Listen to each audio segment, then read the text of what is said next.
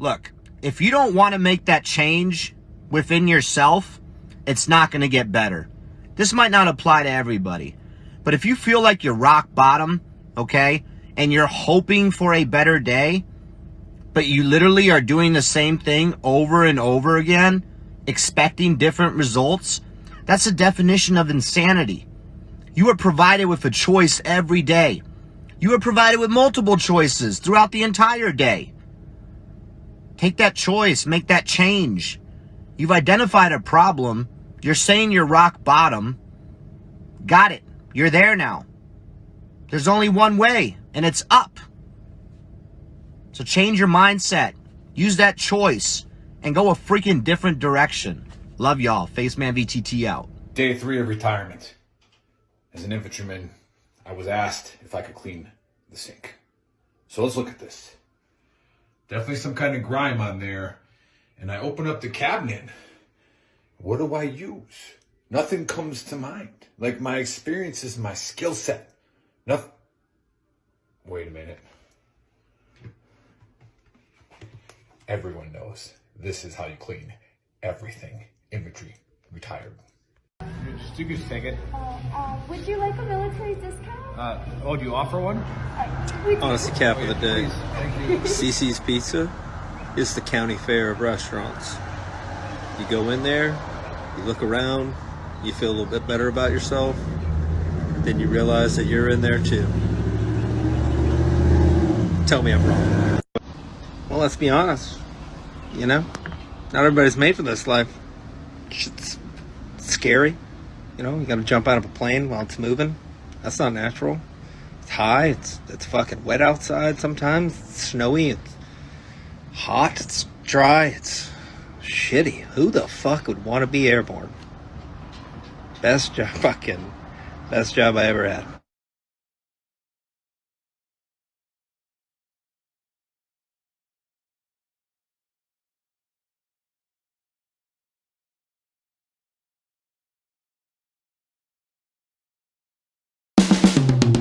This is the Veteran Trash Talk Hour, hosted by Nick, Dave, and Buddy. Real warriors making fun of other real warriors. Try to not get triggered.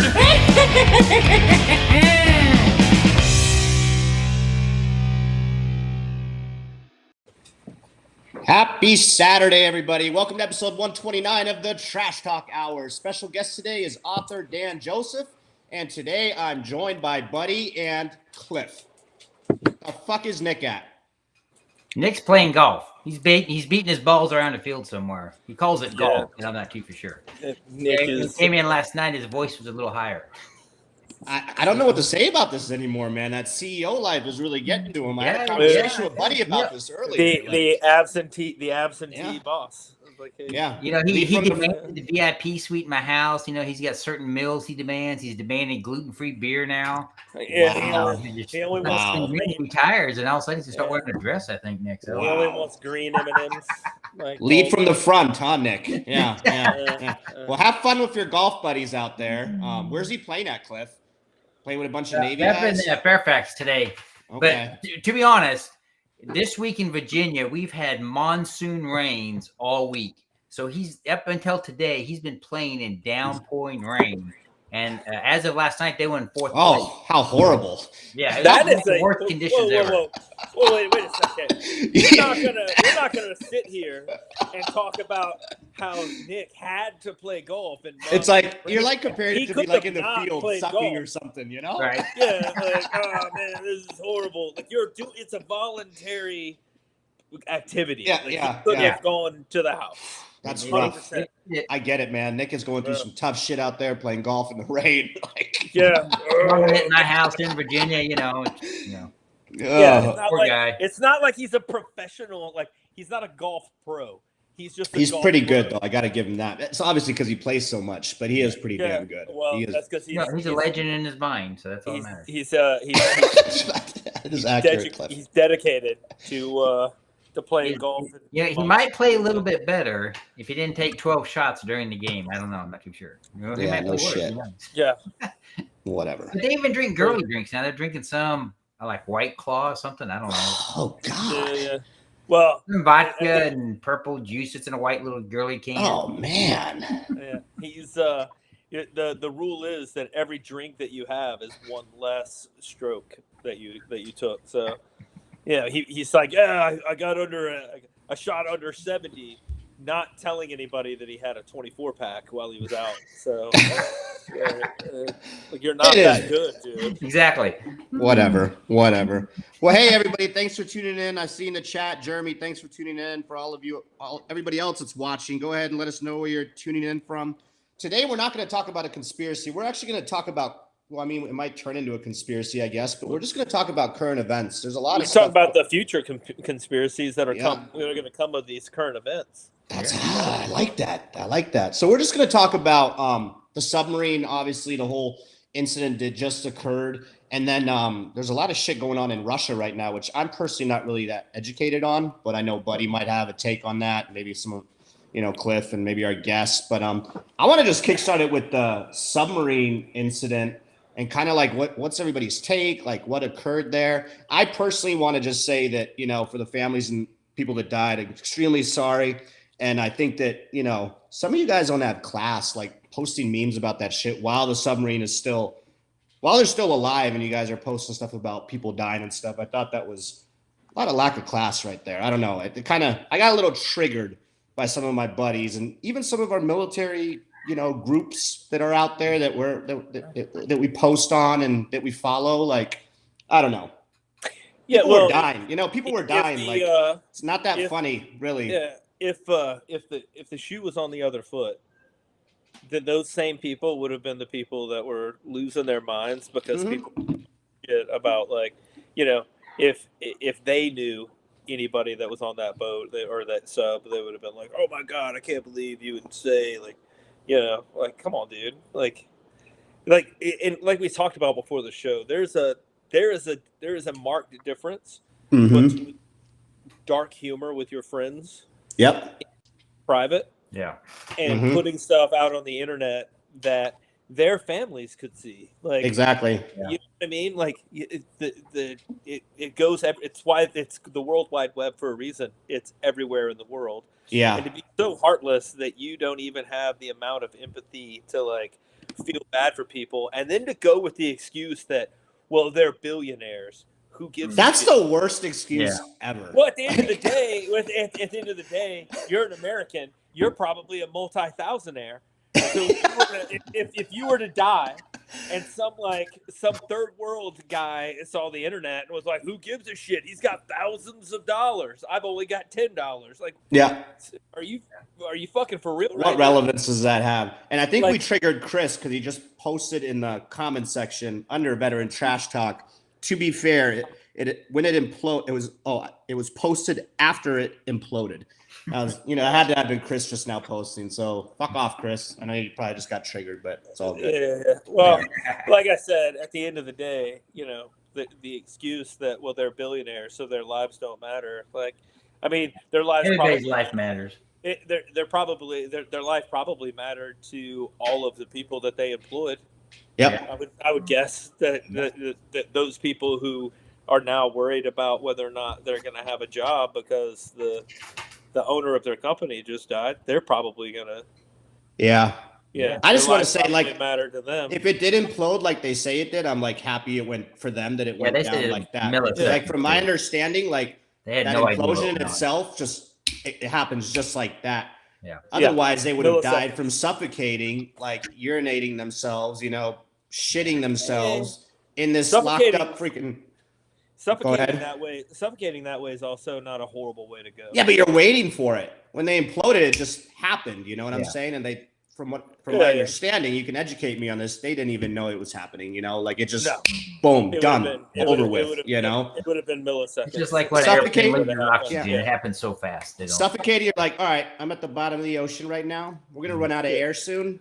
We're fucked. Well, even if they do find us, they can't freaking hoist us back up to the surface of the water. To be fair, they would have probably frozen and gotten hypothermia long before this, and they would have just fallen asleep and then lost air.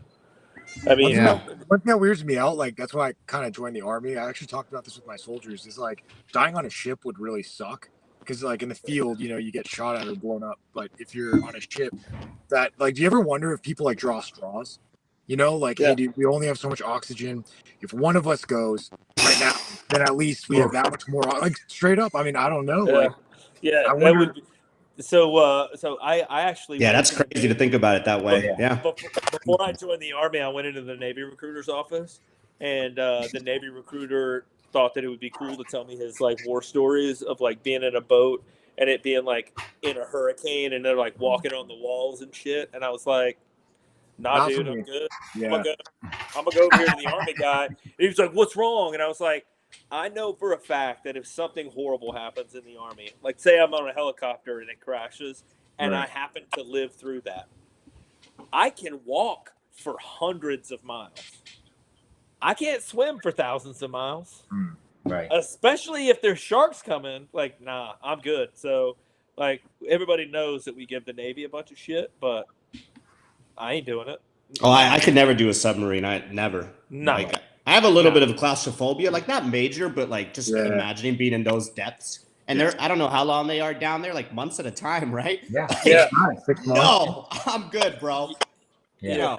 No. No. But we'll leave And that just to for the the record, we'll I leave that don't to the give the seamen. media a We'll hard leave time that to the since my wife seamen. is Yeah. Catholic. So. Yeah. So, no. But at the, like everybody's talking about it, and it's only going to be a matter of time before, like we usually do a conspiracy theory. This could be like our pre-conspiracy theory. Like I'm waiting for they've already said, well, it's billionaires, so they must have been assassinated. Like somebody. Oh yeah, there's one of them was supposed to be linked to the UFO and alien stuff that's going on, and supposedly he was about to like release information or some shit like that. I already heard that. Yeah. And Well, they tied it to the 6.2 but they're saying that billion he's they not lost even dead. in They're saying Ukraine. that they're still alive. Like they faked their death, Right. There's already all kinds of crazy shit out there. I'll do my research for August when we're back on air. Then so there's that one. I'm waiting for the dickhead that's like, so at those depths they probably got swallowed by a megalodon, and so they're probably still in the megalodon's belly right now, just floating around. And at some point, it's gonna shit the boat out. And it's gonna pop to the surface. Boop-de-boo. They're gonna be fine. We should just start that rumor Shark right now. turds. Start that conspiracy theory right That'd be a good one, Cliff. The megalodon swallowed the Megalodon submarine. We got enough followers on our pages that we can reach enough people. That's Do a video on it. Jonah the whale. That's the other thing that's super funny is everybody bitches about they're like they're fucking billionaires. Who gives a shit? But at the same time, everybody's also like, we know more about space than we do about the ocean. Yeah. But then when people go to explore the ocean, and it costs a lot of money, so billionaires do it, and then they die, then they're billionaires, and it doesn't matter. Yeah. So which one is it? What are we gonna do? We want people to look at the bottom of the ocean, or we don't want them to? Right. But it was crazy to me that like they were talking about having subs go down to like try to find it. Mm-hmm. Like 6 boats. There's only 6 subs in the world Mm-hmm. that can like go to that depth anyway. Yeah. And then and James Cameron, I guess one of the subs he was on, they went past that. They went to like 27,000 feet below. Insanity to the bottom of the Marianas Trench. Yeah. Like, no. Crazy. No. It's crazy shit, man. What up, Boats? Boats is on. Good afternoon, fuckers. Good afternoon, Boats. Cliff, you can't share this already. I know. Established that. It's not going to be on Music Cross America Radio. Is that close? Yeah. And I have to do the show. So is that? Are we good on Sub Talk? Are we? Yeah. We're good. Yeah. We're good. Yeah. We're good. Yeah. We're gonna talk about Russia. We'll talk about Rush real quick, but I did want to mention. I did see this, and I definitely want to look into that. The Q? The Simpsons, real quick. The Simpsons predicted this thing. Is that No, they didn't.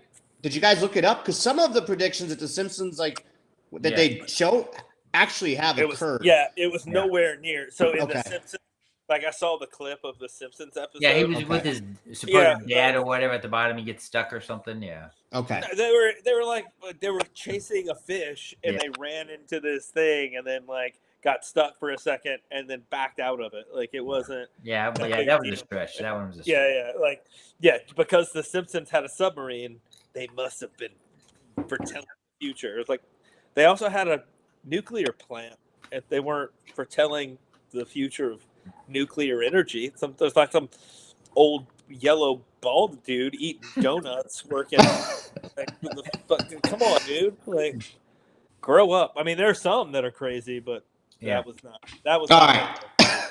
Enough about that. Hey. Shout out to families. Hey, Okay. I'm not going to bring up the aliens situation. in Arizona. Yeah. Oh no, that was Las Vegas. We've already talked about that. Yeah. Cliff. Yeah. We already did that one.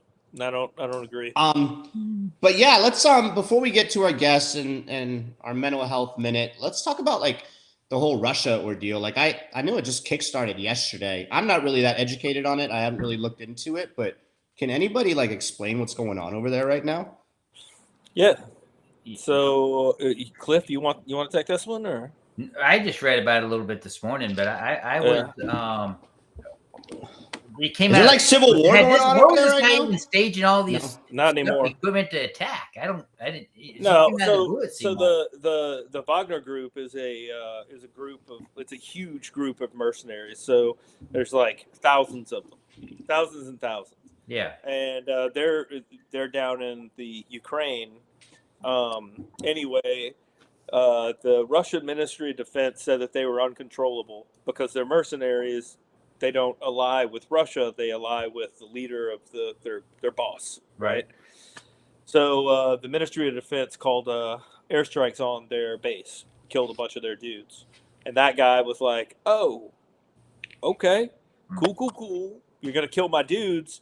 Well, we're leaving here, and we're going to come up there, and we're going to go to the Ministry of Defense, and whoever called these strikes, you're going to pay. Like, you're going to get it. And he put out a message to everybody, basically throughout Russia, to all the other militaries. He was like, hey, we're on our way. You can step aside and let us go do what we're going to do, or you can die in place. Either way, it doesn't make a difference to us. We would prefer if you just let us drive by. So within 2 days, they've already taken 2 large regional compounds, headquarters for the Russian military, like the southern. And they took a city too. I forgot the name of that city, but they had it already surrounded. That city was the headquarters of the southern region of the Russian military or whatever. Anyway, but Russians are like, other Russians are joining them now. What I read, like part of the Russian army's like, screw this, we're gonna go with you guys, which could lead to civil war. And like Putin was like trying to escape. Like this is all stuff I read last night. No, like, Putin apparently Putin didn't go anywhere. I guess they just they have a plan for if anybody like tries to attack or if there's a coup or whatever. And basically they just call everybody into Moscow. Moscow, yeah. And then 10 years from now, it's gonna say that we trained the Wagner group, right? Yeah. They're already saying that the $6.2 billion the Pentagon, lost or whatever that went to them to go attack Russia. So the CIA infiltrated the Wagner group years ago. Not only did we not train them, well, we might have trained them, but I know that Master Sergeant Bray was a boy that one of my homies in 5th group. His team is the one that got into a 24-hour firefight with the Wagner group, and they didn't. The group, 5th group, didn't lose anybody.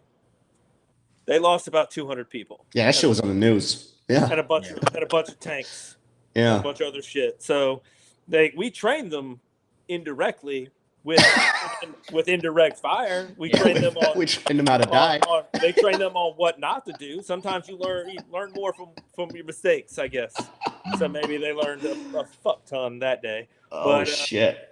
But anyway, they were never going to fucking oust Putin anyway. He's not that fucking stupid. Like Putin was in charge of the freaking their version of the CIA before he was president. Like he's good. He's not gonna just be taken out by some mercenary group. But that being said, last night they called. They had basically a meeting, and he stopped. So you can guarantee that some people from the Ministry of Defense are about to they're about to pay the piper because they guaranteed they stopped him and they were like, look, quit doing what you're doing, go back where you were. We'll send these fellas down, and you can do whatever you want with them publicly. But what's crazy to me is that Americans are, for a lack of a better term, fucking stupid, right? Like if there's a dictator, and then somebody is going to, very rarely in history has a dictator been forcibly removed by another dictator. And that dictator was a better dude than it's not like he was the nice guy that took over from a dictator. Like nice dudes don't just go in and go, "Hey man, like I'm gonna hug you to death," and then I'm gonna take over the country. Come on, let's fucking pound it out. Like that's not how this works. Bad person gets taken by worse person becomes even worse. So if you're cool, stop with that logic, buddy. If you're cool with some fucking mercenary commander having the nuclear codes, then you go ahead and cheer for this coup, you fucking idiots. Like that doesn't jive well in the whole logic portion of your brain. Should never be a thing. Well, we'll both be in Europe next in a couple weeks, buddy. So hopefully we'll be good over there. You know, it's over now. Yeah. Oh, it's over. I mean, it's over for right now. Like I said, they came to agreement. He's retreating. He made his point. No, he's not retreating. He's just going back where he came from. Yeah, and he's saying, "Don't screw with this. We're going to do it again." Basically. Yeah. Leave us there. Yeah, next time we're not fucking around. By the way, send fuck around and find out. That's the curve. Send General fucking Smetlab down here because we're about to cut him into a bunch of big chunks. Yeah. Interesting. There we have it. Current events. You are now all educated. The Spetsnaz a little bit smarter also, for listening to this. A lot of the dudes, a lot of the dudes that work for that group are all ex-Spetsnaz people, right? Oh, really? The Spetsnaz are like, they are bad fucking news. Like they used to, like back in the day, they used to, they trained them like on how to torture people. One of their favorite ones was cut a little bitty hole around your belly button, and then reach in and grab part of your entrails, and then hang them over a limb on a tree after you're staked down, so that either A, your guts dry out and you die, or animals come because they smell it and they start to eat you while you're still alive. Oh my God, dude! We ran into, when I was in Kosovo. It's like a medieval BS. It gets even worse. When I was in, we're fucking trying to do some Vlad the Impaler bullshit over here, man. Oh, dude, like when I was in Kosovo, we went to a Stripsy, this Serbian town, and before we had gotten there, when the whole war and the Serbs and the Albanians was going on, the genocide, all that stuff, some Spetsnaz officers showed up. There was an Albanian woman living in that town. They brought her out, and to prove a point, she was, they said, 8 or 9 months pregnant. Like she was just about to have the baby. They cut the baby out of her. Lifted her. God. Stomped the baby's head on the ground right there in the middle of the main street. Doused her with gasoline and lit her on fire. Oh my fucking God, dude! Yeah, these dudes aren't nice people. They're not like so to cheer Jesus Christ, bro. To cheer that type of person on and be like, yeah, take over. Go ahead. Yeah. Go ahead. You're a fucking idiot. You're dumb. Don't do that. Let's just agree that we're not gonna do that ever. Right. Wow. Yeah. These guys sound worse than ISIS, man. Yeah. Fucking nuts. Anyway, all right, enough of that. Cliff, what you got for us, brother? What's that? When we do a quick mental health minute? Yeah, give us a mental health minute. We need to recover. Probably need one now. Well, if you listen to mental health minutes this weekend, I was kind of diving into people that have fear of flying or fear of going on vacation or something bad happened in their past, and it kind of reflects when they start feeling good about stuff. And And one of the things I was just giving tips about, what you can do to kind of get over that anxiety when it shows up, and a lot of people got fear of flying. I was flying a lot lately. And so I asked one of my flight attendant friends, what does she do if somebody's on the flight that's nervous about flying, right? And she says one thing she does is she says if turbulence is what bothers you, she has them Google turbulence and read about it and then kind of understand a little bit of how that airplane can handle that turbulence. One of the tips I gave too is before you go on vacation or travel, try to get plenty of rest, drink plenty of water, because if you're busy doing a lot of different things and trying to get ready to go, you don't quite take care of yourself. Well, that's just going to bleed into your anxiety if you have it already, if you're tired and kind of dehydrated and not really thinking straight. So really that was what I talked about this week. And I think it's really important, as we're going on to the weekend and of course out here in the East Coast, it's been raining like crazy. It was kind of depressing there for a lot of days, but just take a moment for yourself. If you do have a little anxiety this weekend or some things are popping up, call a friend, call a buddy, log on to VTT, and throw some words out there. It's very important. Nobody should suffer alone, and that's why we do what we do. And this has been your Mental Health Minute. And I don't have no idea if it was a minute or not, but that was good. I honestly, I hate flying, dude. To be fair, I hate it. Like I do not like it. I fly to Germany on Wednesday, and I'm not looking forward. So I shouldn't tell the story where we prepared the aircraft to land in the ocean. We made emergency landing. Dude, I was airborne. I'm a paratrooper. I hate flying, bro. I rather drive. I just don't like it, man. Flying with a parachute on is you don't care anyway. Yeah. If something goes wrong. My trick, as long as you can get out of the plane. Yeah, my trick is that I always just watch the flight attendants.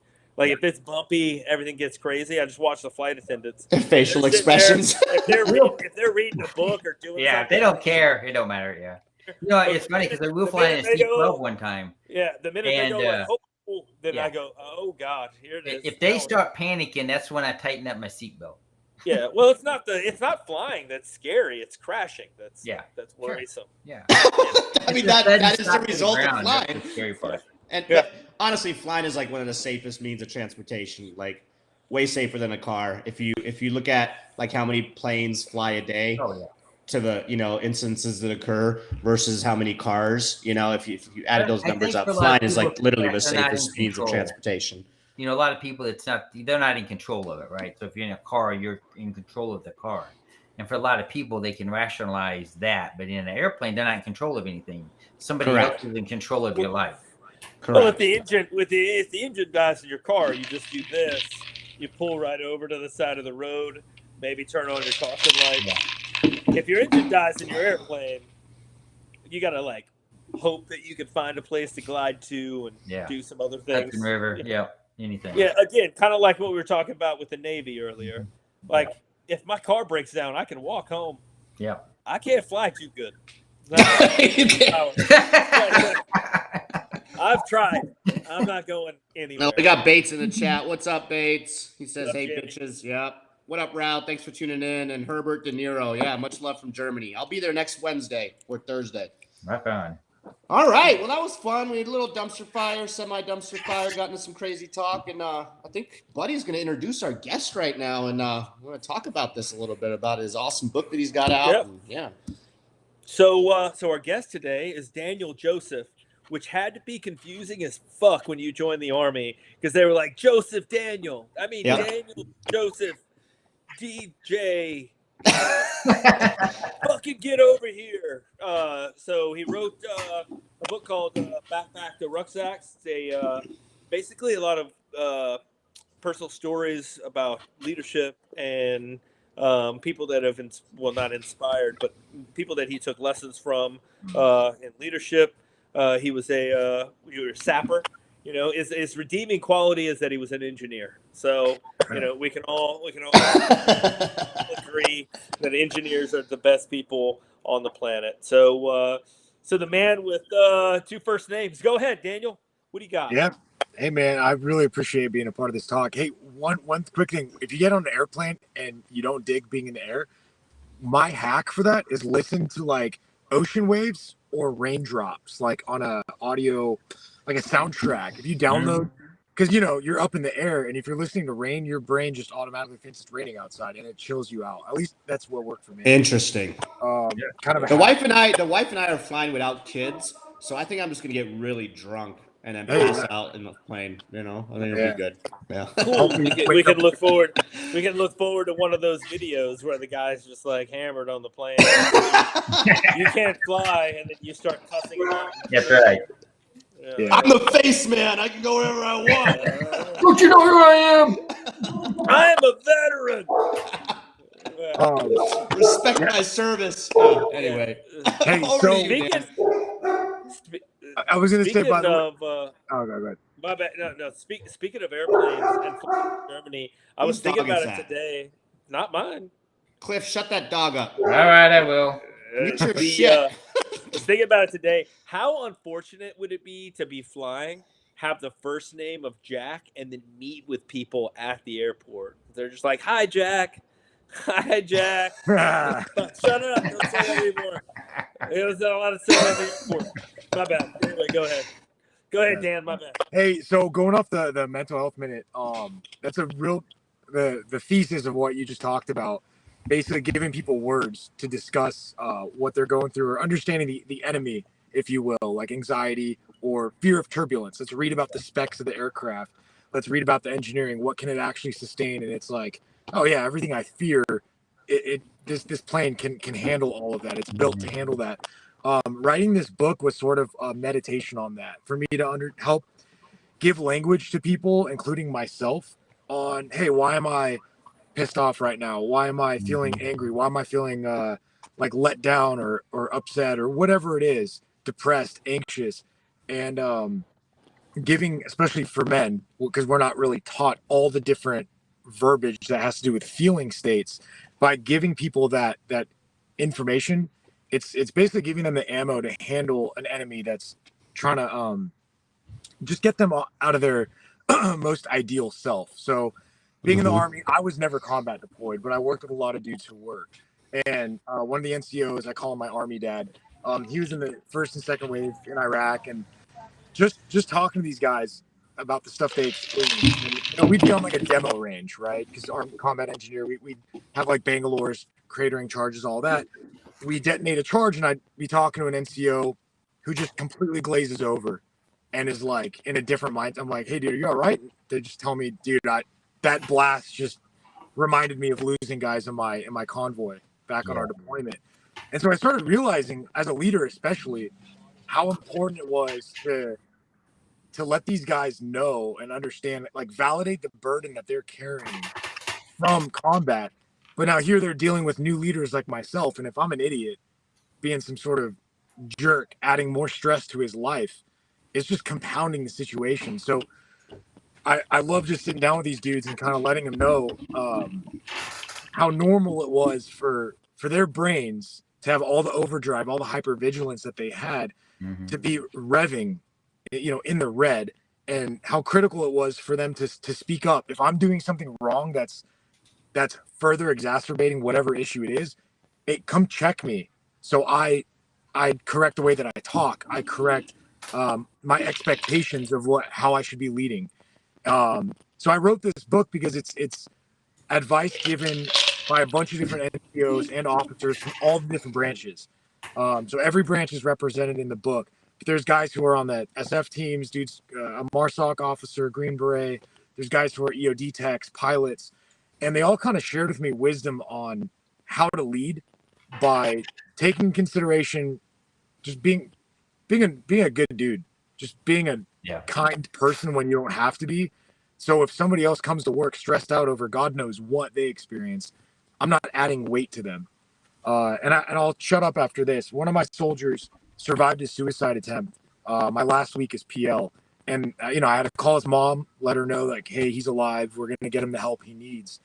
But that changed my life forever, because I realized how important it is as a leader to give everyone a voice. I know it looks weak to some people because they say, don't let Joes talk about their feelings. Don't give them the opportunity to start venting, because they'll take advantage of you as a leader. But there's a fine line you walk when you get a guy to a point where he sees that there's no hope left, versus giving them the ability to talk, but with solutions, not just to complain. And I'm sure you guys know all about that. So just about walking that line. And I'll make this a conversation if there's anything you want to share. But that was a really big impact is knowing he's still alive today, but I could have lost him.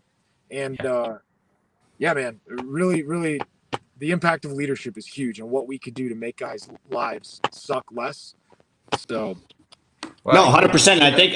I think especially in the last 20 years, the leadership we've had plenty of leadership talks on this show, but like you compare like what new leaders have to experience now coming in the Army, the last 20 years when two wars that have been going on, Iraq war, Afghanistan, like that's a whole different. Yeah, we had our wars, we had Desert Storm, we had, Buddy was talking about Bosnia, but it wasn't as intense as now. Like new leaders that are coming in are getting staff sergeants that had 3-4 deployments, even privates who've had, maybe they got demoted once, 2 deployments. So they're facing different challenges. Go ahead, buddy. The difference, though, Dave, is that like the beginning of the GWAT, Bosnia, Kosovo, even Desert Storm, the difference is that during those times, leaders got to lead at a much younger age.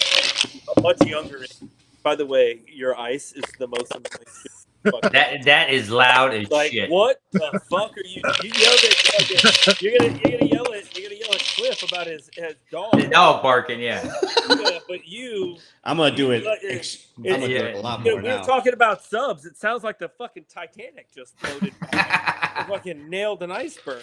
Every time you fucking raise your cup, you annoying Vodka monster. Like playing poker with my brother's kids, you annoying sons of bitches. Anyway, but the difference is that people got to lead at a much younger age, so the window of learning was so much wider. Because if you make a mistake as an E7 or an E8 in leadership, then people look at you and they're like, you should know better. If you make that same mistake as an E5 or an E6 when you're learning how to be a leader, then the people have the ability to go, you know what, he's learning. We'll let him, even the people that you're leading will look at you and go, he's learning. He's on a power trip right now because he just got, he's an E5, whoop-de-fucking-do. But he thinks that he's awesome. And then they'll talk to that person, right? The other thing is that I think you face more challenges though as a leader coming in now than you did as a leader. I would 100% disagree. Just like with the mental health aspect, and I'm not saying there's people that take advantage of that shit too, but I think from a mental health aspect, I think you face a lot more as a new leader right now. As soon as Buddy's done, I'm going to blow you guys' minds. So. Than you would have in 04 coming in. Because I remember coming in at no? I don't think you do. You know what I think? I think that we. And I'm talking about mental health here, buddy. I'm talking about mental health. Yeah. Okay. If you'll wait 2 seconds. I think that we're the problem is that we're not preparing people. First of all, when they come in, they've been coddled for 18 years. They've been shielded from mental health crises for 18 years. They've been told, oh, you don't have to do that. People can't talk to you that way, blah, blah, blah. Then they come into the Army. And then at this point, now you come into the Army. When I joined the Army in 98, when you went to the field, for 6 weeks. It didn't fucking matter. People had babies in that 6 weeks. You didn't go home. And that sucked. It did. That being said, I'm aware. Being said, when you had to do those things, it was kind of like them turning the heat up a little bit. There was realistic training. Mm-hmm. You had people with moulage kits. You had all this stuff, right? And you were kind of like put into the fire little by little by little. You had training little by little by little. You had leadership forced upon you little by little by little until you became desensitized to being forced into that training or by seeing that kind of stuff. Not desensitized, because any idiot knows there's a difference between seeing a moulage kit with a broken bone or blood spurting out of some dumb shit and seeing your homie with a broken leg with blood spurting out over legs or a gunshot wound. There's a big difference. I'm not trying to say that they're the same, but what I'm saying is that if you're going to run a marathon, and I've said this before, if you're going to run a marathon but you don't run a mile and then 5 miles and then 10 miles and then 20 miles and then a marathon. When you run that marathon, you just wake up in the morning and decide you're going to run 26.2 miles. At the end of it, you're not going to be very well off. The first guy died. You're going to be fucked. If you don't train for it, your end result is going to be really bad compared to if you slowly train for it, get ready for it, and then you run the marathon. We coddle people away from hard things for so long that when they go to the hardest thing, when they come out on the other side, they don't look very good. Yeah, Brent Brown in the chat don't- says they if you don't joined know back how in to- the day, you conformed to the Army way. Now the Army is trying to conform to the civilian life. Our Army is becoming a joke. All right, yeah. I don't know about. I don't know about a joke, but I see what you're But saying. I do know. I get But your I point. do know that it's correct.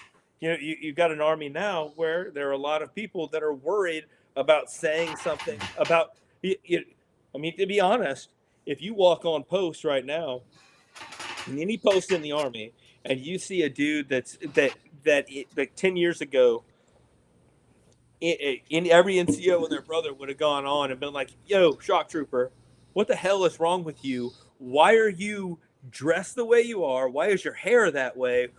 Why are you trying to be different?"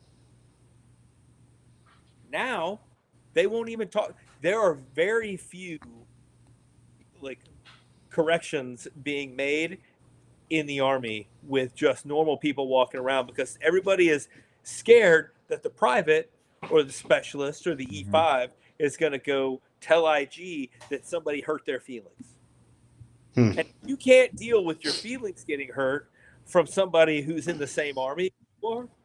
What are you going to do? What are you going to do when you're facing a Russian mercenary group that has? I got some real quick. Is he drinking Bud Light in the chat? Yes, I am. Are you triggered? I'm triggered now. Well, I mean, I am marked safe from drinking a can of Bud Light. So hey, anyhow, but go ahead. Yeah. So, buddy, here's my take. So you guys know I was in 34 years, warrant officer. Here's the problem that the Army's going through, and I was part of the IG systemic inspection team twice, looking at suicide prevention training. When I was in the military for a long time, mentorship was big, and those new leaders were groomed. However, we always trained in a garrison environment. The issue now with the wars coming down, the Army's going through a growing phase where now you have soldiers that never know how to operate in a garrison environment because they've been at war the whole time. Now that you don't have that, now they're back in garrison environment and they don't know how to operate. And they're having a lot of issues, a lot of problems, a lot of boredom. It came out in the inspection. I was kind of shocked by that. I mean, I think mentorship's a big issue in the military. Yeah, and I would agree. But what I would also say is that it probably has less to do with the garrison environment. Because let's face it, they don't know how to do training schedules. They don't know how to do all this stuff. These company commanders do not get the training that they were getting 15 years ago. I mean, Dan, what's your take on all? You really started a conversation here, man. but their training schedules. Their training schedules, like even when I was still conventional in 2012, 2013, there's a difference between writing a training schedule so that you check the blocks, and writing a training schedule that is, everybody wants to do the sexy thing. Everybody wants to do the, like, let's have Kaz while we're fucking, frying, like, let's do fries into the objective and have Kaz blowing up and we'll have mortars firing here and we'll do this and that and the other. And you're like, hey, I got an idea. How about we just train the basics? Yeah. And then we train the basics. And then we train the basics. And then we train the basics. And then we start trading contingencies. Like, we train to win all the time, as opposed to training to, like, well, we're going to win eventually, but there's some bad shit that's going to go on that we're going to have to take care of while this is happening. Yeah. Like, it's easy to fight. It's a little bit harder to fight when you have to, like, train a bunch of private specialist E6s to, like, hey, when your boy gets shot, you don't get to just run over to them. Right.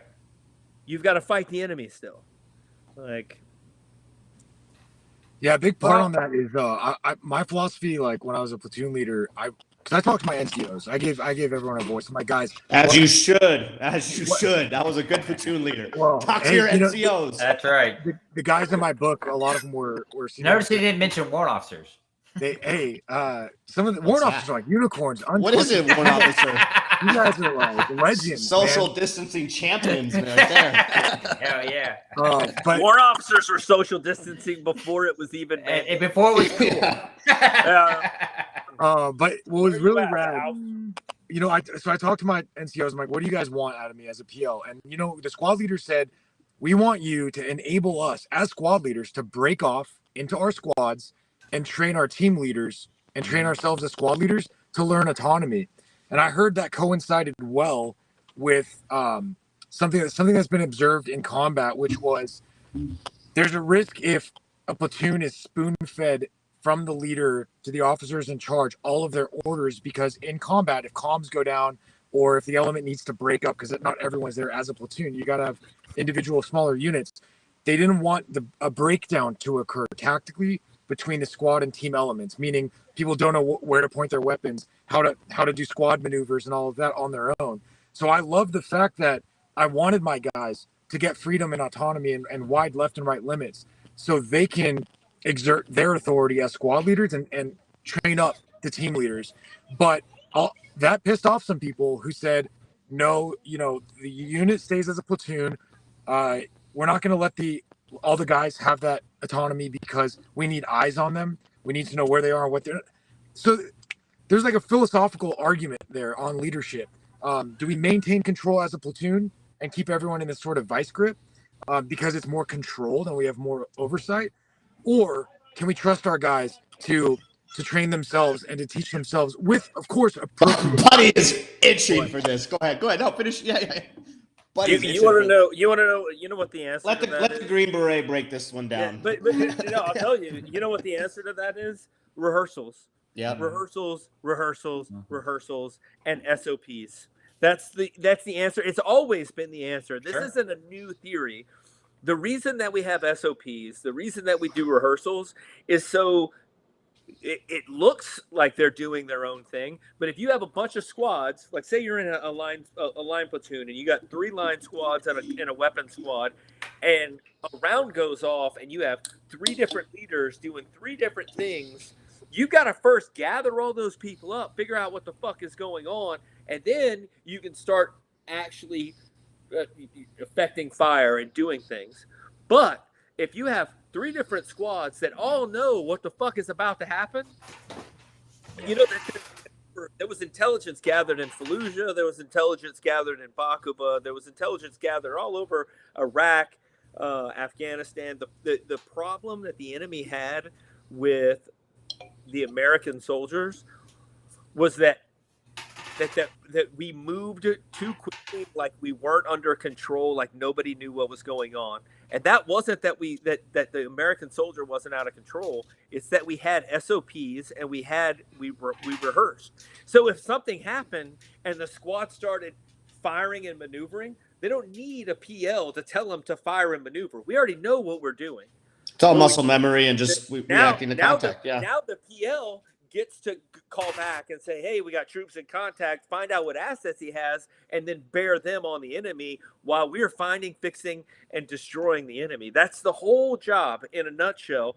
But what we do is we take for granted rehearsals. And I found that this was a thing even in the SF world. In the SF world, there were teams, not all of them, but there were teams that were too cool for rehearsals. Like, we don't need to rehearse this. We've already got it. We have it until somebody starts fucking shooting at you. And then it's crazy how you fucking forget it. Mm-hmm. But we had teams that rehearsed all the time. They went through things. Then when they felt like they had the basics down, then they rehearsed, all right, we're in this firefight. Now Johnny just got shot. Now what do we do? Oh, that truck just got blown up. We have to fucking recover it. Now what do we do? Mm-hmm. Johnny got shot and the truck got blown up. Now what do we do? Like, But instead of doing rehearsals, they're in fucking Call of Duty mode where they're like, well, I just want to fucking figure out the coolest way to do that for when the movie's made. Motherfuckers, there ain't gonna be a movie made. You're not a SEAL. The only people the movies made are fucking SEAls. Yeah. So unless you're in the fucking Navy with a trident on you, bitch, you ain't getting a movie. So don't worry about what the movie's gonna be like. Worry about surviving this fucking firefight. And the way you survive firefights is with rehearsals and SOPs. And I learned that from one Daniel Woodcock. Lesson I learned from him that I will never, ever forget. That motherfucker rehearsed all the time. Here's the biggest issues leaders have in the Army. If something happens, and let's say I'm a good leader and I do all the training that I'm supposed to do exactly what happens, and a soldier completes suicide in my platoon, what's the first thing that Army investigator is going to say to me when they walk up? What did you do wrong? I didn't do anything wrong. I did everything I was supposed to do, but they're going to point the finger and blame that leader, even though he did everything right. And the big issue with that is now you have leaders who are scared to be leaders. And that's the biggest problem. You have leaders who don't want to be leaders that are forced in the leadership position because of their rank or whatever. And they're scared to death to be there because if something happens, the Army's going to come to you and say, what the F did you do wrong? I didn't do anything wrong. I trained the way Buddy just said I was supposed to train. It just happened. Yeah. Well, and that said, that needs to change. Well, the Army is also, the military is a special kind of leadership. You know, in civilian leadership, like you're worried about somebody from 9 to 5. I want you to do your job. I'm going to motivate you to do your job. I don't really give a shit. Right. In the military, not only do I have to make sure you're working from 9 to 5, I got to make sure you're brushing your teeth. I got to make sure you're calling mama. I got to make sure, I got to find out if you're dating a stripper and then be like, hey, dude, don't marry a stripper. Yeah. Don't buy that car with 25%, you know, interest rate. Then I got to deal with you having a 25% interest rate and a stripper that's trying to take your car in the divorce. Like, that is wild, though. You don't see that shit anymore, man. Yeah.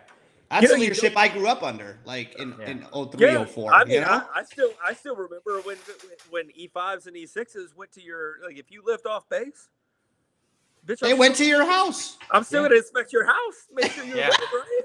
Like, don't think you're gonna escape because you just left that gate. Like, Army pays for that, dog. We gonna come look at it, make sure you're good. You know, but there's also a family environment where you 100%. Come together, and it's but as a leader, military, you're supposed to be empathetic. You're supposed to listen. And now being empathetic with what somebody's going through and understanding that there's still a job that has to get done. Mm-hmm. Those things coincide, but they're not always mutually like exclusive. They don't kind of nest. It's a tough balance. It's a tough balance. It is a tough balance. And, you know, there've been plenty of times in my leadership life where, you know, there were some very hard decisions that had to be made for people who had either, you know, fucked up, had done things, had, you know, whatever had happened. And it's super easy to be a leader when it's 75 degrees out, your rucksack weighs 25 pounds, it's partly cloudy, so it's not too sunny, not too, you know what I mean? There's no humidity. Everything is awesome, right? But that's not a leader.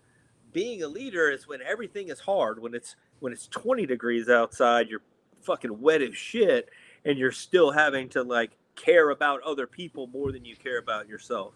And that's the biggest thing about being a leader is actually caring about other people more than you care about yourself. And making sure the job gets done. I got a question for Dan. So Dan, and I might have missed it. What's the title of your book? So the title is Backpack to Rucksack. There you go. And what tips do you give to leaders in your book? Because you kind of mentioned that a little bit, but then we kind of got on a tangent. So yeah, a couple. You got Buddy started on leadership. You could go for hours on that, man. So we'll start with about you today, brother. This is about you. Well, you know, because you know, as a mental health warrior, I was very interested and thankful that you know Nick allowed me to come on the show, obviously with what I do and with what you talk about. And so thanks for, you know, having the book and writing the book. But, you know, for leaders out there, it's tough. It's a tough balance. And Buddy brought that up. We've talked about that. So, you know, as me as a leader, what am I going to gain from getting your book? So the nuggets of advice through the book, it's not words from me, it's words that were given to me from Sure. some Yeah. amazing service members. So just reflecting on some of them, like my buddy Will, he's in the book. He's a MARSOC officer, was a Cobra pilot, and then went operator. And his nugget of advice in his chapter was command climate makes or breaks everything. So if it's good command climate, you're walking into a good job. It's going to be a more positive environment. If it's bad command climate, it's going to be tougher. But not only that, you can't really change it as a new leader. You can't show up and ask your commanding officer to be different. So what you inherit is what you're going to be stuck with. So make the best you can to endure if it's a bad command climate, and if it's a good one, count your blessings. Like that was huge. Yeah. Another thing, like my buddy who's a Green Beret officer, he told me in the book, his advice was stay humble. Like don't ever, like basically keep your mouth shut and work hard, and you'll rub elbows with guys that you want to call brothers, but don't go in and announce what you're good at. Don't verbally state, hey, I'm really awesome at this. Show them through your work ethic. So that was a huge piece of advice. Another one, my EOD commander buddy, his word of advice was, if you're basically be authentic. Don't be fake to be this military robot or whatever it is you think other guys need to see out of you. Be your authentic self, because I mean your Joes see everything. It's living in a fishbowl, right? Yeah. These kids, 18-year-old kids, they're not stupid. I don't know why people speak about E1s like they're dumb. They're not. It's like they have X-ray vision. I mean, they would know my mood and temperament, what I'm going through. These guys saw everything. So if I was being inauthentic, they're gonna call They're me gonna out. see right through that bullshit. Absolutely. Yeah. Yeah, they will. Yeah. The best case scenario, they're going to call me out and be like, hey, sir, we know you're being fake. Like, come on. Or worst case scenario, they're going to keep their mouth shut, go about their day, and I lost all credibility as a leader. So these are sort of pieces of advice. Just really, it all boils down to common sense. Just be real, be yourself, be willing to learn, be coachable. But there's little vignettes and stories throughout the book, if you will, about what my buddies have experienced in combat, what I've experienced in a training environment, and how there's a common thread throughout all of this, which blew my mind. It's that if you care about the people you work with as human beings, it translates to their ability to decompress from the job. They can self-regulate their emotions. They can handle their anger and aggression and all of that in a much healthier way. It doesn't diminish the mission set. They're going to meet the commander's intent, but it's just one less, rock that we throw in their rucksack and tell them to go march with it. Because if I'm a leader and I have my own issues, let's say I'm insecure and I'm like I learned this in jiu-jitsu. If I'm going to be a dickhead on the mats, there's going to be a black belt who's going to choke me out very quickly and let me know he's the alpha and that I better check my ego at the door next time, right? Yeah. So as a military officer, I could come in there with all the rank, and if I'm not checked, then I'm adding all that weight on my Joes because I suck as a person, because I have my own issues. So I'm making everyone else suffer. And the environment sucks enough. It's 125 degrees. They're in full kit. I mean, it's not a happy place. And then I'm coming in adding an extra weight on them. And it gets guys into a dark place. And if they're not actively aggressive in the workplace, they're going to go home and self-medicate, and stuff's going to get weird real fast. So, Oh yeah. Man, I get real passionate about this. So I'm going to shut up for a second, but Yeah. No, that's good. Where can people find your book? Do you have a website or anything? Is there man, part two in planning? What's next for Dan? So the website, you can go to my website. It's called Combat Psych. So COMBP. Wait, I can't. So Combat and then Psych, PSYCH, one word. The book is on Amazon. I'm working on the audiobook right now. You can preview the book, a couple chapters for free on the website. So if you think it's dog crap, don't buy it. And I'm going to upload some of the audiobook for people to take a look at as well. I do want to write a book. I'm writing a book right now on fitness. I'm 36 years old, and I got to be hyper mobile because I'm looking to sign another military contract potentially, and I'm doing a crap ton of and stuff. Yeah, man. So I want to write. You got to. Okay, I'm gonna let you finish, but you got to go back to that.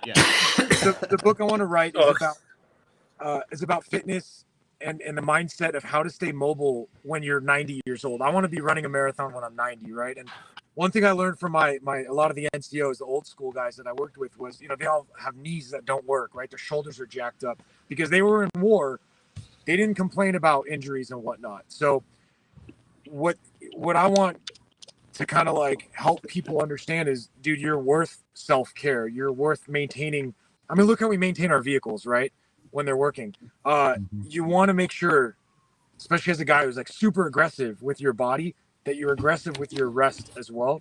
So I want to write a book about being fit at 40, looking at just increasing my fitness with I'm me. about to be 42. I mean, I'm a pretty sexy beast. You know, Hey, bro. say that. And it's all about mobility, right? It's all about mobility.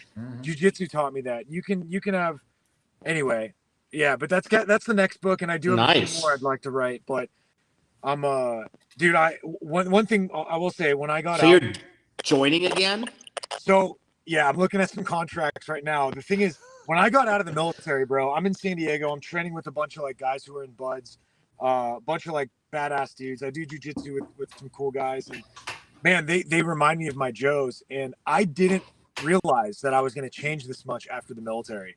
I do not fit in with civilians. Not that I'm a jerk to them or anything, but dude, there's something to be said about hanging with some salty vets or some young bucks who are like fired up about life and some awesome pipelines. Just that energy that I get from them, I did not expect that. And yeah, my buddy who's on the SEAL team said that he's like, dude, that means you've got more to give. So he said, you definitely aren't done yet. And I've been thinking about that a lot, and he's right. So there's a couple. So what are you thinking? You're 36, so you can't, I mean, you probably can't go back in. I mean, I guess officers probably not even, you'd probably be going in enlisted, right? Well, he'd go in as officer, depending on what he's going to go do. It'd be challenging. I mean, he might join I guess if I'm speaking from the Army side of the house, you know, like might be like, yeah, what are you looking at? What can you talk? You know, it's surprising right now what's on the table because the recruiting numbers, right? So basically, that's a good time. I know a thing or two about recruiting. Yeah. So the age waiver, I thought I'd need an age waiver for some pretty badass pipelines, and I don't. So I don't want to say which ones yet, but I will say I'm looking at the blue side. But there is an Army gig that's pretty badass as well. Nice. So I'm training like 4 to 6 hours a day, just trying to like get in the best shape of my life and excel past that. I'm currently a graduate student right now, but yeah, man, there's some options that I'm looking at in the near future. So I got to pick a contract to sign. But again, I'm fired up by a lot of brag. You're going to selection. But bro, I didn't realize how much I'd changed, man. And I love these guys that are so, you know, I joined at 32. I shipped out to basic training at 32. And I see these 19-year-olds and I tell them like, hey man, you've got way bigger balls than I did at your age. And I try to, you know what I love doing with these guys? I tell them, if you're at E1 and you're willing to get shot in the face first above anyone else, you are the most important guy in the room, not the officer briefing you. It's not us with our cute little marker on the whiteboard. You're the nerve endings of the military. You're the guys on the ground. And don't ever let an officer talk down to you because of your rank. I understand, like, you got to respect the rank. I'm not saying be disrespectful, but I'm saying, like, as the enlisted guys doing the work and gals, like, we got to listen to you as leaders. You know, we got to hear what you have to say, what you're seeing on the ground. If it doesn't make sense, if it's the terrain, if it's the movement, whatever it is, leaders need to be open to hearing their voice. And you had a great platoon sergeant. It's clear as day that your platoon sergeant was solid. I had some good guys speaking in my life, man, and this book is about them. Anything good about me as a leader, it's not because of me, bro. It's because of these guys. They pulled me aside and said, if you lead like X, Y, and Z, I will punch you in the face. So don't do that. Yeah. I mean, they set me straight quick. And those NCOs learn from other NCOs. You know, it's tradition that's maintained. Yeah, I love that, man. That's good shit. Yeah, it is. We gotta follow just for the record, I'm not going back in. Yeah, you can't. I just retired June 1st. I just retired June 1st. Buddy's been retired for. Has it been a year already, buddy? No, right? Yeah. It's been a year. So like we're all out now. August, I'll be 2 years out after 34. So I was good. I just got my retired ID card yesterday. It was exciting. On the plus side, Dan, if you do go to the blue side and become a fucking SEAL, you've already written a book, so you're. Oh, there you go. What are you gonna do when you retire? I guess he has to do a movie next. Well, a movie's next, buddy. A movie. No, they Yeah, just make those I got to on be the careful books. about this. I don't want to draw too much attention to myself for it. But It's Yeah, all yeah. good. Hey, but if you join the Navy, just so you know, my wife's a captain, so. Hey. So I went up to a captain thinking he's an 03 because I'm in the Army, right? So I was like, hey, what's up, sir? Like, super And chill. the captain's a lieutenant. I didn't know he was an 06. I was like, oh, my bad, sir. Should I stand at attention? Yeah. My wife just promoted last month 06, so yeah, it's just salute like this and say anchors away. And then walk off. That's what I would do. Like, hey, that's right. Bell bottoms are still cool, sir. Fucking leave. Good stuff. Well, Dan. But hey, Dan, just let you know, I shared the link to your website in the chat so people can go there to combatpsych.com. You can fill out a little information there, and then you can also get the link to your book. And I just wanted to share that real quick. So some people are asking. So thank you very much. I appreciate it. It's awesome. Yeah, we appreciate having you on, man. Dude, I love what I love about guys like you is if we have more discussions with like new officers, especially, and the dudes who've been there and seen stuff. Speaking of mentorship, I wish I saw more dialogue because there's so much gray area in leadership, but if we could have a sit down with NCOs who've been there and done that, and then they educate us on, there's no perfect answer, right? There's so many different personalities, so many different mission sets and criteria. But if we don't have discussions, how am I going to plan something? How am I going to know what to do? Right? So we need this, man. We need more talks about this stuff. Not anyone to get preachy and be on a soapbox and make it all stiff, but if I have a question, right, can I bring it up to an NCO and be like, hey, bro, I'm dealing with this, this, and this. What are your thoughts? And just have someone to bounce some ideas off of. Yeah. I wish I saw that way more than I did in the military. I would love to help spark some conversations, man. It'll get uncomfortable, but it's real, And that's okay if it's uncomfortable. That's completely. When I made my first video about my suicide attempt, I was the only active duty officer who would publicly speak about it. And that was 12 years ago. So. Jeremy in a chat, danger, common sense errors. Yeah.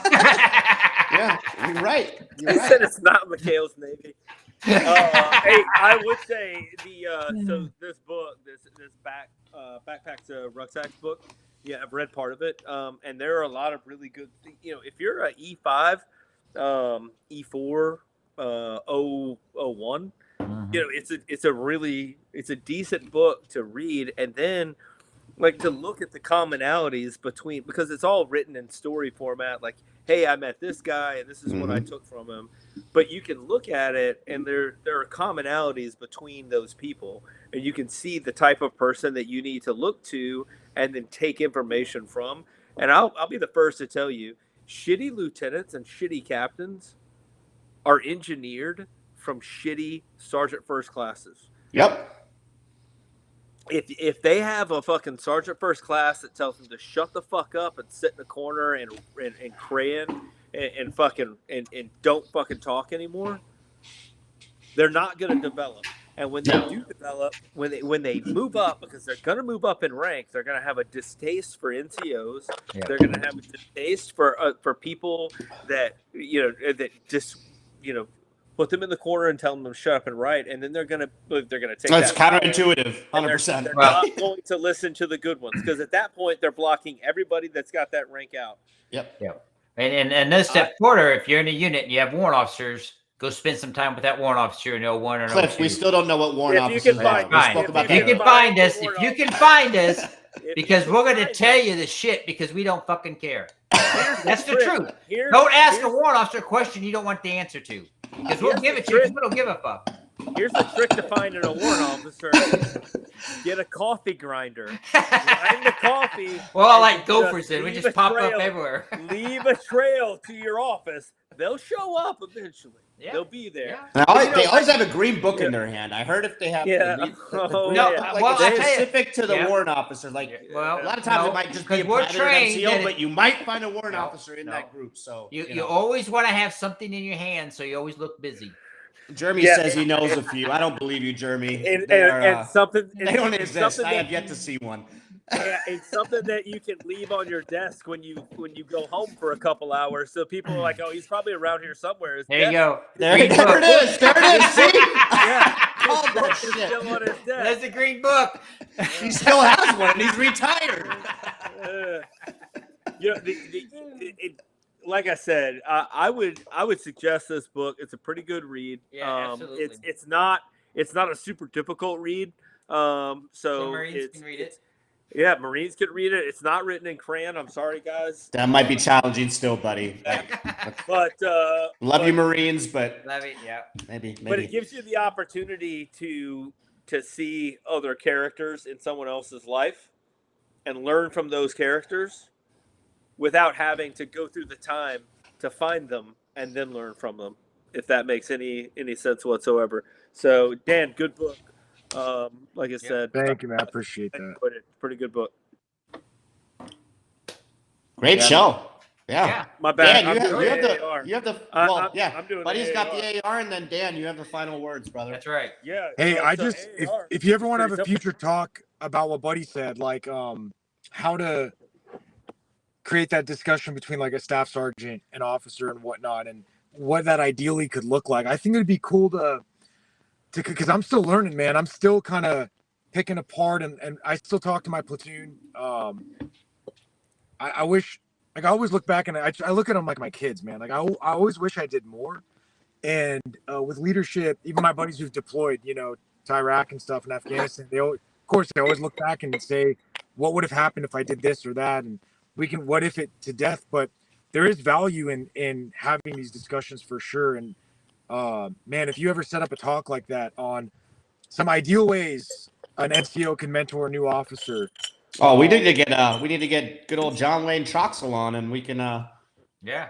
Yeah, cool. we can have we've had him on a couple times, and he had Buddy and Nick on his show, and then Nick and Buddy do the fifth principle of patrolling. I haven't seen that show in forever. We haven't done it in a long time. But that is a show that would be really good to go on. And Well, they can always watch Mental Health Warrior for tips. Yeah, you know where the best conversations between staff sergeants and or like NCOs and officers come from is when officers take off their ego cap and they get into a fucking argument, like an actual argument. Yeah. And get it all out in the open, and then they calm the fuck down and then discuss it.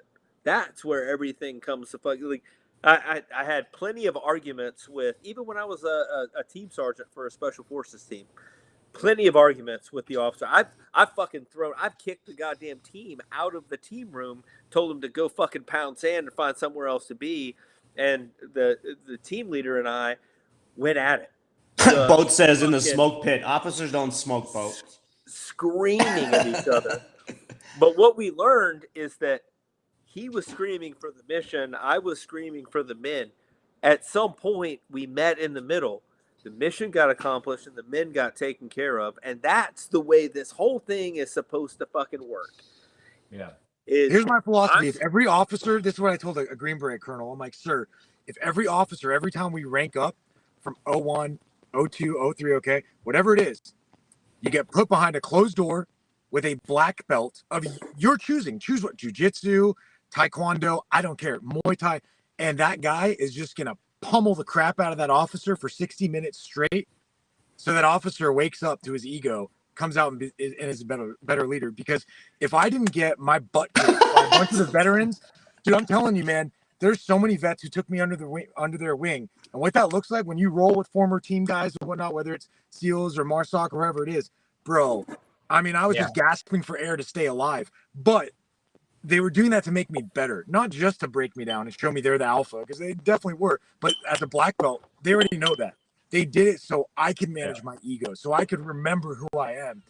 And, dude, that carried over in the mats. So many times I wanted to lose my mind, but I would just remember, dude, take a deep breath. What do you do when you're getting smothered on the mats? Breathe, refocus. What's the technical approach here? Don't get emotional. Because if I got emotional, they'd hammer me. So. Guns are always the technical answer. But that's true about jiu-jitsu. You get your ass kicked for about 3 years, and then finally you don't get your ass kicked quite as bad. So true. Well. Dan's got the final word. All right, Dan. You're on the spotlight. Lights on you. So my No final pressure. word is if you're a leader, if you want to join the military, it's a disservice to the people you're leading if you don't work on your own issues. So figure out who you are, whatever your issues are. The better you make yourself, the more you shape yourself as a human being, the less the folks around you are going to suffer. And I will say, these discussions are huge. So thank you all for hosting this and creating this, because we need more talks. I think leaders are willing to listen, man. I think there are a lot of leaders who want to listen. They're just not getting the right info. So if we can have more real talks, not stuff that's doctrinal only, not stuff that's just on paper, but what have you experienced in war? Yeah, What have real you talk. seen in combat? And how can you download a piece of that into my brain? So having empathy for you as a good dude, can remember, don't talk to people like this. Don't have this sort of posture with them, because I'll respect you enough to treat them well. It's kind of closing that circle, if you will. Yep. So thanks for being a part of that, guys. Yeah. Thanks for that. Good advice. Thanks, Dan. Yeah, great. Hey, great show for everybody that tuned in. Stacy, thanks for tuning in. Jeremy, Boats, our man Boats. Thank you to everybody. If you missed the show or came in late, go to veterantrashtalk.com. Has the links to all of our stuff. We're on Apple Music, Spotify, YouTube, all that good stuff. Get your QR code up there in the corner. Yep. See the QR code. What's that for, Cliff? That should be for the link to the T-shirts in the shop, right? Go to shop.veterantrashtalk.com. There you go. You can buy our stuff. I'm wearing the Media is the Virus shirt. I got the Mental Health Warrior Season 2 T-shirt on. We got all kinds of good stuff. So support our cause. Hey, Dan, I just want to show this real quick. This is what the back of my T-shirt says. Right before we get off right here real quick. Can you see it? Wow, nice. You matter. That's leadership right there. Yeah. You matter, buddy. You matter. Everybody matters. Everybody's worthy.